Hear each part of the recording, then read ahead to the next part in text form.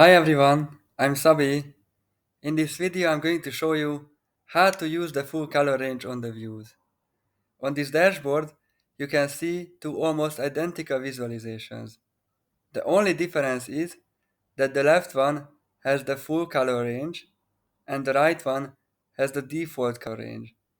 If you look at the left visualization, you can see that the orange colors are more distinctive.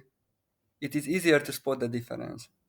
However, on the right visualization, the orange colors are almost the same.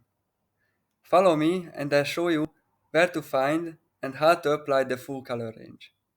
I go to the practice sheet. First of all, I remove the colors from the view and I do it from scratch. I would like to apply the year-over-year absolute comparison as colors. Here you can see the values, so it will be easier to relate. Step 1.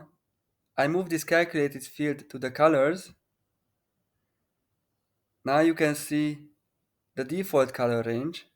Then step 2, I click on color, then edit colors.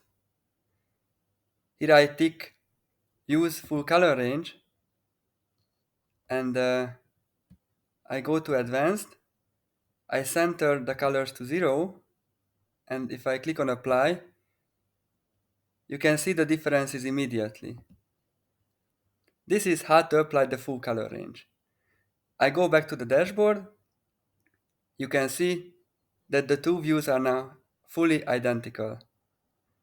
Thank you very much for your attention. This was the short summary how to apply the full color range on the views. Have a nice day. Bye bye.